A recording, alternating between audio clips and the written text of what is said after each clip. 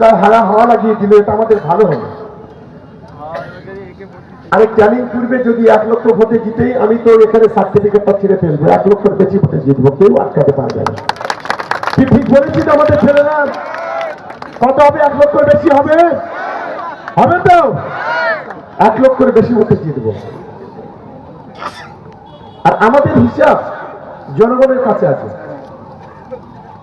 যারা বড় বড় কথা বলছেন না, একজন বক্তব্য রাখছে ভাঙড়ের যিনি বিধায়ক, বলছে শওকত মোল্লা সিবিআই এর কাছে গেছিল, গোলা শুকিয়ে গেছিল, কথা বলতে পারিনি। আমি ওরে, আমার নেতার নাম অভিষেক বন্দ্যোপাধ্যায়, আবার আমার নেত্রীর নাম মমতা বন্দ্যোপাধ্যায়। অভিষেক বন্দ্যোপাধ্যায় আমাকে একটা কথা বলেছিল যে শওকত, আমি জানি তুমি কোনো দোষে দোষী নও, শুধু খালি আমারই জন্য তোমাকে সিবিআই যাচ্ছে। কারণ অভিষেক বন্দ্যোপাধ্যায়, মমতা বন্দ্যোপাধ্যায় যারা সামনে সহকর্মী, যারা তাদেরকে বেছে বেছে ডাকছে তাদের কণ্ঠটাকে রোধ করার জন্য, আমাদের গতিটাকে স্তব্ধ করার জন্য। বাঘের মতো মাথা উঁচু করে যাবে আর সিংহের মতো মাথা উঁচু করে বেরিয়ে আসবে।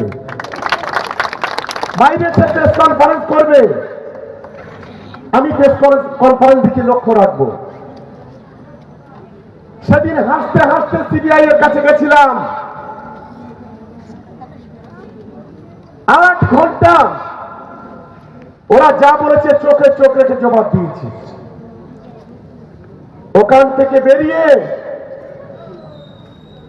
আমাকে একজন সিবিআই অফিসার বলেছিল, আমার গা হাত বুলিয়ে বলেছিল যে আমরা অনেক এমএলএ এমপি ইন্টারোগেশন করেছি। এমএলএ সাহেব, খুব ভালো লাগলো যে আপনি 8 ঘন্টা আমাদের সঙ্গে হাসতে খেলতে বন্ধুর মতন আমাদের জবাবটা উত্তর দিলেন, এটা আমি আপনাকে ধন্যবাদ জানাচ্ছি।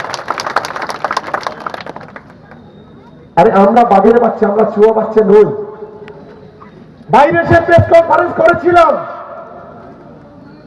সেদিন সাংবাদিকদের প্রশ্নের উত্তরে বলেছিলাম আমরা অভিষেক বন্দ্যোপাধ্যায়, মমতা বন্দ্যোপাধ্যায়ের সৈনিক, ধাতুটা অন্যভাবে করা। এত সহজে একা জ্বালানো যাবে না, যত তাপাবেন তত বেশি গর্জাবো, যত বেশি খোঁচা দেবেন তত বেশি রাস্তায় নামবো, আর যত বেশি গালাগালি করবেন তত বেশি আপনার ঘরে ঢুকে দেওয়ার ব্যবস্থা করবো। এই ক্ষমতা আমাদের আছে। এটা তৃণমূল কংগ্রেস। আরে লজ্জা করে না তোমাদের কথা বলতে? কেউ কেউ 10 বছর ধরে তৃণমূলের খেয়ে, তৃণমূলের পরে, সামনে গাড়ি পেছনে গাড়ি, আমাকে বলছিল আরে এটা রাজনৈতিক নেতারা তো সামনে গাড়ি পিছনে গাড়ি নিয়ে চলে।